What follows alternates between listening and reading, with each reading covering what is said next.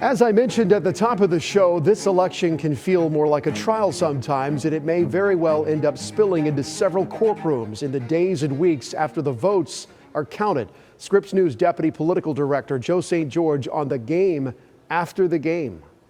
Well, here it is, an official presidential ballot. Like millions of Americans, I just got mine in the mail. Here's the thing, though, about ballots. While this is how we ultimately elect presidents in our country, ballots can also be a source of controversy with lawsuits ranging from whether they're filled out correctly to whether they're turned in on time. Those ballot instructions matter. By now, you've seen the yard signs and likely heard the speeches about the key issues defining 2024. You also know that if the race ends up being as close as the polls suggest, the courts may play a pivotal role. Up until this point, more than 165 lawsuits have been filed by the left and the right involving the 2024 election. I do think we're seeing an unusual amount of litigation this cycle. Jessica Marsden is an attorney with Protect Democracy, a cross-ideological group that studies litigation involving this election. Marsden says that if it's close on election night, you can bet that Democratic and Republican lawyers will take their fight to the courtroom.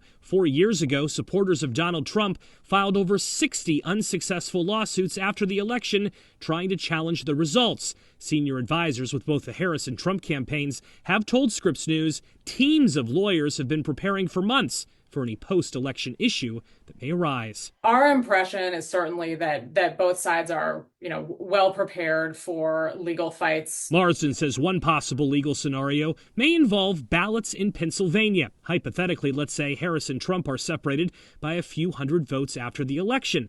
Pennsylvania election law says voters must sign and date each ballot envelope sent by mail. What happens if thousands of voters failed to date it?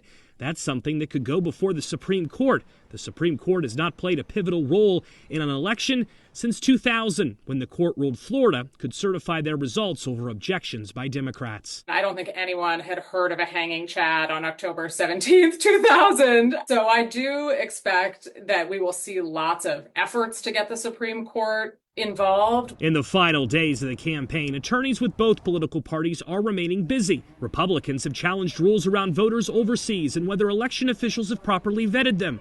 Meanwhile, Democrats have fought against last-minute changes, like a desire in Georgia by state election officials to hand count the results. Joe St. George, Scripps News, Washington. Good. Thank you. Next on Full Circle Florida, ballot confusion. And could the Republican supermajority in Florida be at stake? Dr. Susan McManus joins me next.